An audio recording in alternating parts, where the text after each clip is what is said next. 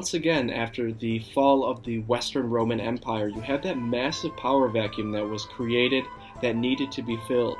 And it's going to be filled largely by local Germanic rulers and tribes that come down from Germania, and they fill what used to be the Roman Empire. That's feudalism. Now, if I was a local lord, I would want all the knights in the area to be loyal to me. That requires a lot of land. So in feudalism, a lord would exchange land for military service from a knight. That requires a lot of land from a lord. So what this does is, early on, all you needed to become a knight was the armor and a horse. So anyone who could afford the upkeep of a horse, which in the Middle Ages was a lot, as well as buying the armor, could call themselves a knight when they exchanged their military service to a local lord. And this becomes an issue for local lords, because you have anyone really that can go out, say that they're a knight, and they might even try to go against the lords and take their land and rise above them. So in order to protect themselves, these local lords and knights would try to regulate who is a knight and who is not a knight, who can become a knight and who cannot become a knight. And one of the ways they do this is through the creation of last names and titles. So if I was truly a knight and I went to my local lord and I said, here's my sword, I'm going to fight for you in exchange for this land and this title, I would have to submit my family tree, my lineage, which would then be approved. I'd be given a last name and a title. My sons would be expected to fight for this lord as well. My daughters would also be considered noble, and they would be married off to other nobles. And what this does, it really cements who the knights are and who they are not, and it creates a lower class of nobles in Europe. So another thing these lords would do is they would create coats of arms. Now what coats of arms were a symbol, an emblem of a family, or even sometimes an individual that would go on the shield of a medieval knight. And this would be legally recognized. You would have a grant from the king or your lord to have this shield, and it shows that you are a true and legitimate knight. And this would be distinct to you and your family, and it would be handed down through the generations. Here is mine. It's from Pravia, Spain. So young boys that were born into noble families and that were destined to become knights would start their training at a very young age.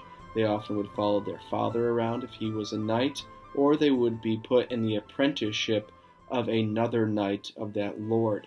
So they would start their training at the castle. They would learn basic sword fighting skills, and early on they would become a page. So maybe age 5 to 14 they would be a page. They would follow around a knight and just help him out and learn the ropes. And then they become a squire at age 14, and that's when they're starting to learn how to really fight.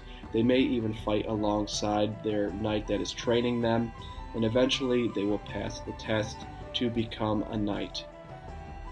So in the early Middle Ages, these knights would have armor that was fairly simple. You would have a chainmail shirt, a helmet, of course a sword, a shield, and a spear.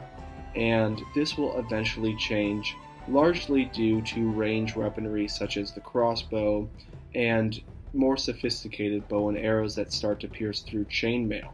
And what you get is the traditional plated armor that we associate knights with today that can withstand this range armor. And we also get things like the stirrups that come into use and the couched lance. So before, the lance would just be, in the hand of the knight, and he would attack someone and he wouldn't have the full force of the horse behind him. But after you have the stirrups being invented and you have the couched lance, you would have the horse and the rider working as a unit and hitting their opponent with everything they had, such as in jousting tournaments. So due to the feudal system in the early Middle Ages, you have these knights that are constantly battling back and forth for their local lords, trying to get more land and resources. And what ends up happening is a lot of civilians, towns, women, children, old men are caught in the crossfire.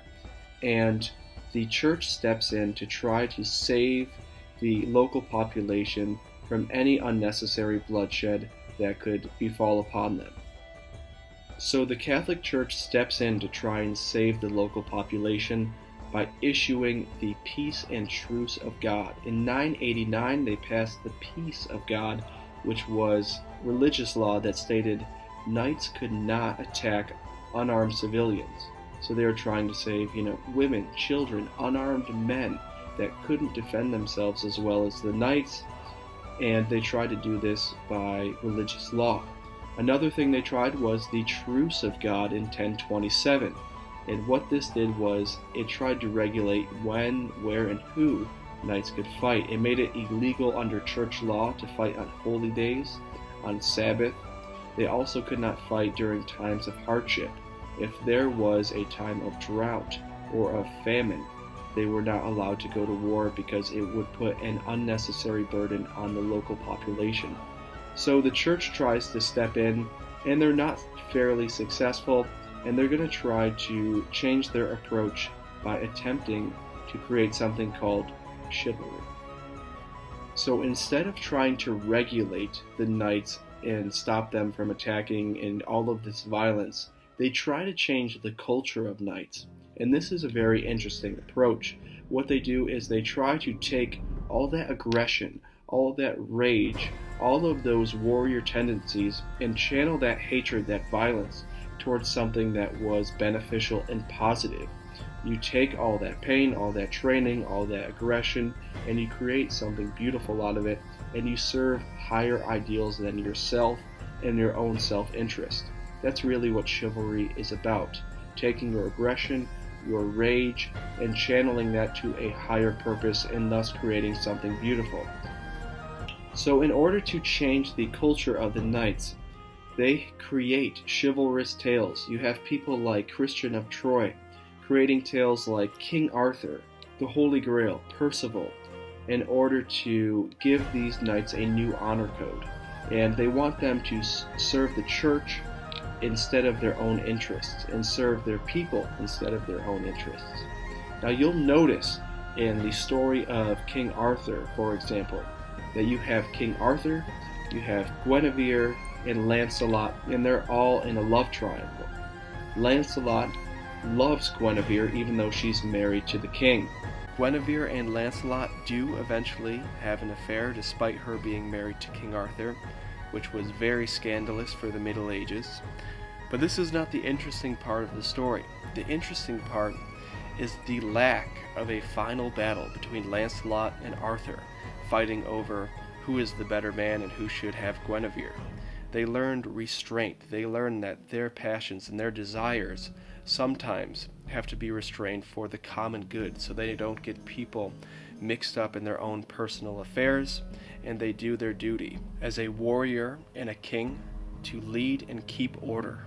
So I hope you enjoyed this. I hope you research more, and I will see you guys in class. Thank you for watching.